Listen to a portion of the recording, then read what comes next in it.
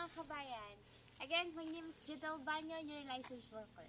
So, samahan niyo ako kabayan. Pakita ko sa inyo ulit itong aming new model bungalow single detached dito sa Eastridge Village. So, this unit is, it has 204 square meter lot. Minimum lot lang natin yon.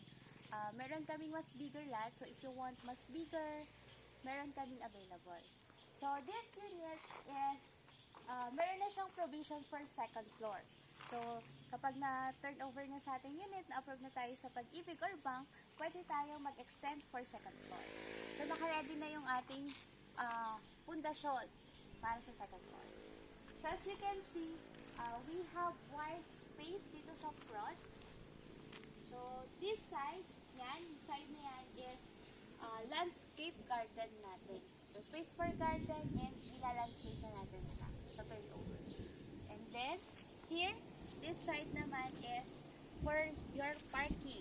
So, sa parking natin, naka-concrete na siya.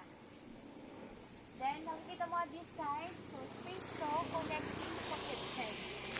Mapapantayin pa yan. Itong unit kasi is ongoing construction pa, kaya medyo hindi pa siya ganun. So, let's go inside.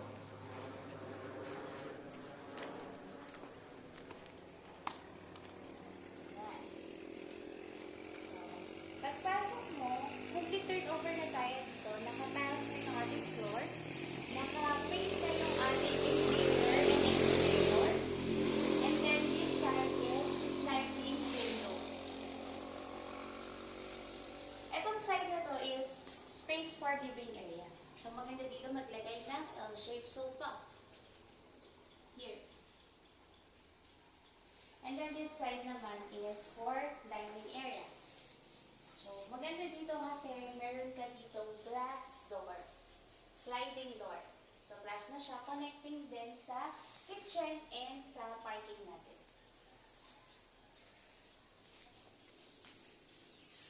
And look, para sa ating ceiling, naka-drop ceiling na tayo and with lights yan kapag turn over.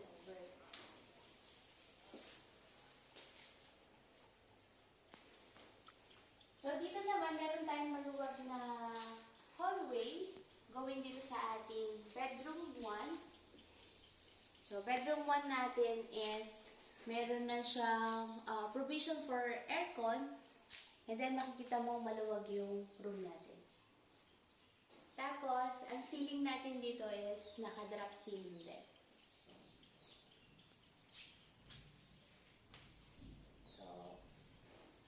So, dito naman si bedroom 2. So, maluwag siya. Ang luwag niya. So, meron tayo dito dalawang sliding windows. And then, syempre, ang ating provision for AC. And ang ating ceiling is naka-drop ceiling din.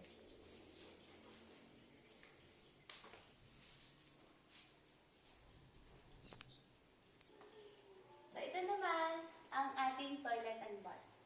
So, hindi pa siya ganon katapos. So, kompleto naman siya kapag i-turn over. Meron shower, merong lavatory, and syempre yung ating inodoro. Syempre. So, naka-tiles yan. Pati yung wall. So, let's go here. Dito tayo sa kitchen. So, this is the door going to kitchen. Ito, may pinto pa to.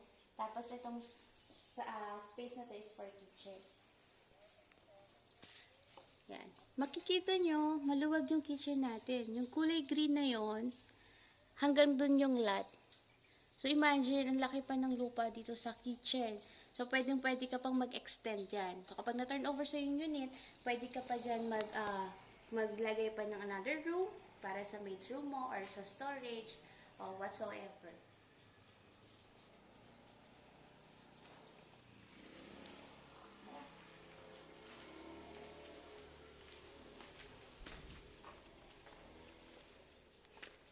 Maganda sa area, maaliwalas, pollution-free environment, and 100% flood-free. And kagandahan dito sa Angono area is wala tayo sa fault line. See the area, the environment. So, itong area na to is malapit sa golf course natin dito inside sa village. And then, meron tayong Laguna Lake view malapit.